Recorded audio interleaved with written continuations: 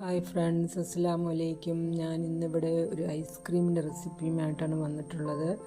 നിങ്ങളെല്ലാവരും എൻ്റെ ഈ ചാനലൊന്ന് സബ്സ്ക്രൈബ് ചെയ്യണം. അപ്പോൾ ഐസ്ക്രീം ഉണ്ടാക്കാനായിട്ട് ഞാൻ ആദ്യമായിട്ട് 1 ലിറ്റർ പാലാണ് ഇവിടെ എടുത്തിട്ടുള്ളത്. ഇതിലേക്ക് 1 കപ്പ് പഞ്ചസാര ചേർത്ത് കൊടുക്കാം.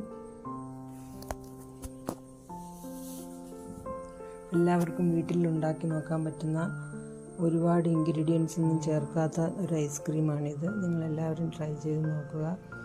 പഞ്ചസാരയ്ക്ക് ശേഷം നമ്മൾ കുറച്ച് കണ്ടൻസ് മിൽക്ക് കൂടി ഇത് ചേർക്കുന്നുണ്ട്. ഞാൻ 1/2 കപ്പ് കണ്ടൻസ് മിൽക്കാണ് ഇതിൽ ചേർത്തിട്ടുള്ളത്. അതിനുശേഷം ഒരു 4 മുട്ടയുടെ മഞ്ഞ കൂടി ചേർത്ത് കൊടുക്കുന്നുണ്ട്. ഇതെല്ലാം കട്ടയില്ലാതെ നന്നായിട്ട് ഉടച്ച് നല്ല പാലിനകത്ത് നന്നായിട്ട് യോജിപ്പിച്ച് എടുക്കണം.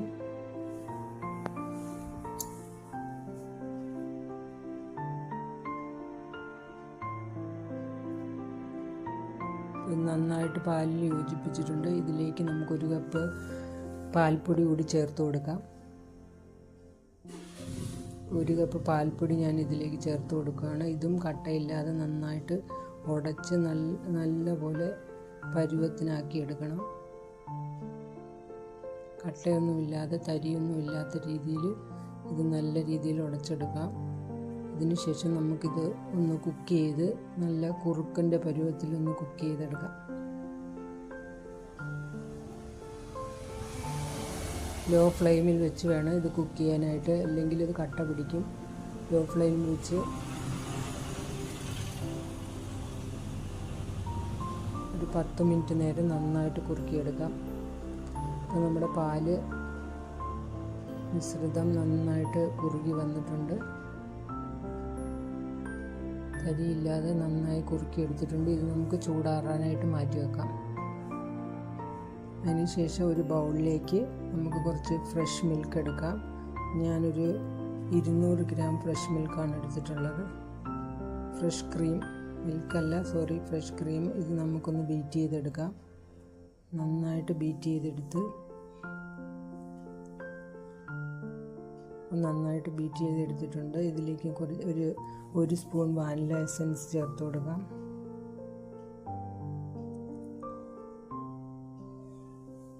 അതിലേക്ക് നമ്മൾ നേരത്തെ കുറുക്കി വെച്ചിട്ടുള്ള മിശ്രിതം കൂടി ചേർത്ത് കൊടുത്ത് നന്നായിട്ട് മിക്സ് ചെയ്ത് യോജിപ്പിക്കാം.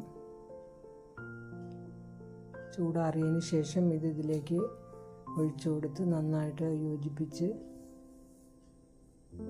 മിക്സ് ചെയ്തെടുക്കാം.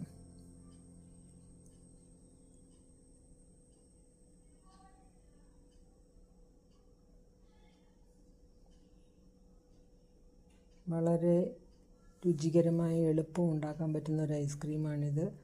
അപ്പം നന്നായിട്ട് യോജിപ്പിച്ചിട്ടുണ്ട്. ഇത് നമുക്കൊരു 4 മണിക്കൂർ ഫ്രീസറിൽ വെച്ച് ഫ്രീസ് ചെയ്തെടുക്കാം. കട്ടയൊന്നുമില്ലാതെ നല്ല സ്മൂത്തായിട്ട് നമ്മുടെ ഐസ്ക്രീം റെഡിയാക്കി എടുക്കാൻ പറ്റും. 4 മണിക്കൂർ ശേഷം നമുക്ക് ഈ ഐസ്ക്രീം എങ്ങനെ ഉണ്ടാകുമെന്ന് നോക്കാം. അപ്പോൾ 4 മണിക്കൂറിന് ശേഷം ഞാൻ എൻ്റെ ഐസ്ക്രീം എടുത്തിട്ടുണ്ട്. നല്ല സോഫ്റ്റായിട്ടും സ്മൂത്തായിട്ടുമുള്ള നല്ല ടേസ്റ്റി ആയിട്ടുള്ള ഐസ്ക്രീമാണ്. നിങ്ങളെല്ലാവരും ഇത് ട്രൈ ചെയ്ത് നോക്കുക. ഇത് നമുക്കൊരു വേറൊരു പാത്രത്തിലേക്ക് സെർവ് ചെയ്ത് വെക്കാം.